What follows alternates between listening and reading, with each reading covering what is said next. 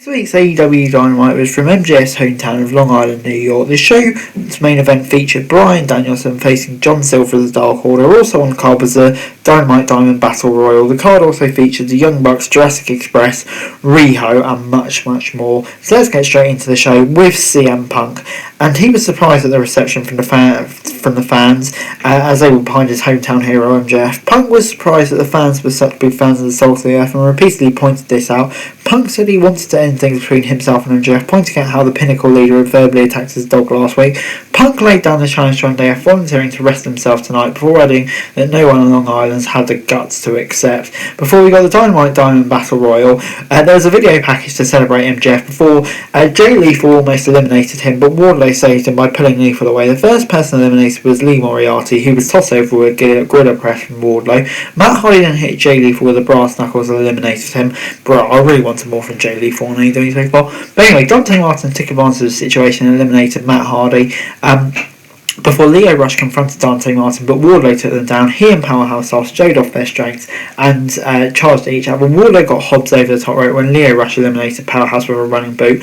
Ricky Starks then came close to being eliminated by Lio Rush over the top rope, but just held on. Dante Martin dropped Wardlow, and Lee Johnson and Lio Rush went to eliminate him. MJF eliminated all three men.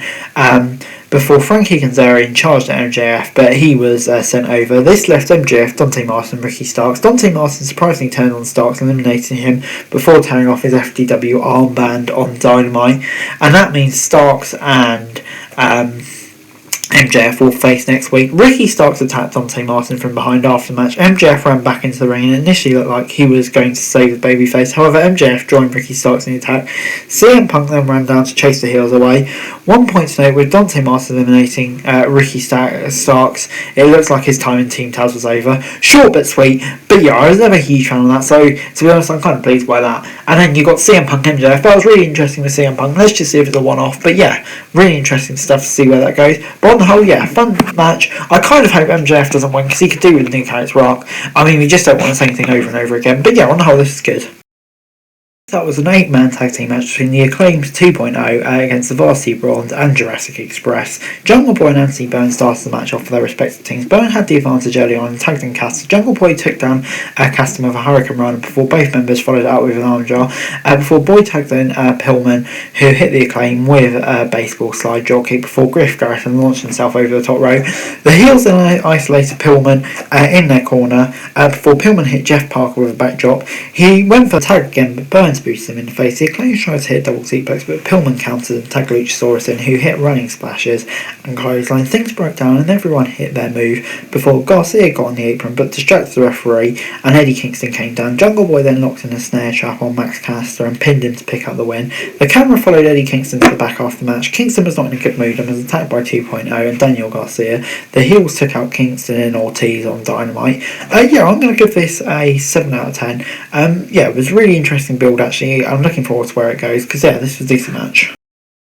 FTR then were backstage with Tully Blanchard, and Tully said that FTR had proved that they were the best tag team in the world by defeating the Lucha Bros in Mexico. Dax and Cash then laid down the challenge to Penta and Phoenix, vowing to become the first two-time AEW tag champs. Before we got the Young Bucks versus Chuck Taylor and Rocky Romero. Romero and Nick started off the match, and Romero took him down with a dropkick before Romero hit an arm drag of his own before Matt Jackson came in. Matt and Chucky T were the two legal men, and the Bucks were briefly in control, but they were wiped out after Romeo fired back at Matt Jackson. The Young Bucks, however, quickly got back in control as Nick Jackson booted Chucky T in the head. The Young Bucks were running things.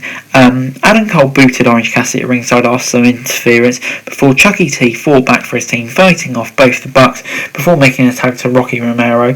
A double Hurricane Run from Romero and Chucky T took Matt down and Nick. Romero hit the soul food to Nick Jackson, and they were getting in a roll here before Adam Cole tried to get involved, but he was taken out by Cassidy. Orange was taken out with a super kick before Brandon Cutler accidentally sprayed stuff in Matt Jackson's face.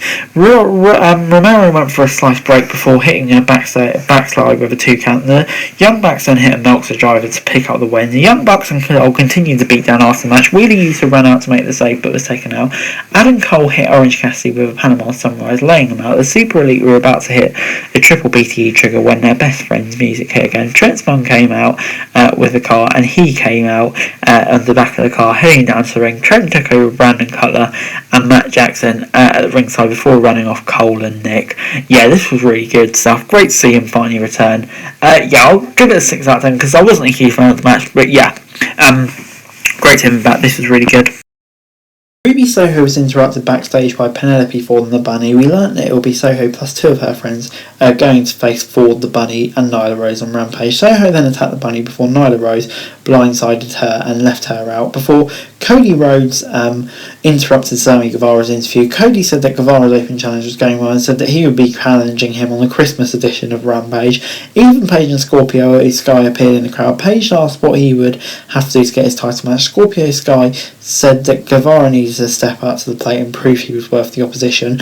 Yeah, really looking forward to that match. Came as a bit of a surprise, but it'll be interesting to see where that goes. Before we got Jamie Hayter versus Riho. Hayter had the clear size advantage and was in control early on, and Hayter hit her with a suplex. Britt Baker got involved at ringside when Riho was starting to get in top, but Riho took Hayter down with a flying crossbody. Back in the ring, Hayter sent Riho crashing into the headfirst turnbuckle. Back from the break, Riho hit a double stomp to buy herself some time. Riho fought back with some right hands before going for a roll up, and then she hit a cobra followed by a double stomp, but it wasn't enough. Jamie had the former women's champion on the top rope, but Riho fought back with elbow strikes and avalanche crucifix on. She followed that with a running knee to pick up the win. Britt Baker blindsided Riho after the match and took her out. Yeah, this is kind of credible challenger versus their crony.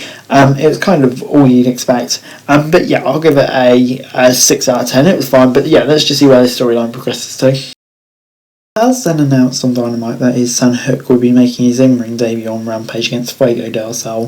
Before, the Varsity Blondes were with Tony Schiavone for an interview, and the lights went out. Malachi Black appeared and spit mist into Julia Hart's eyes before disappearing. Short and start, basically what you get with Malachi Black. Before it was time for the main event between Danielson and Silva.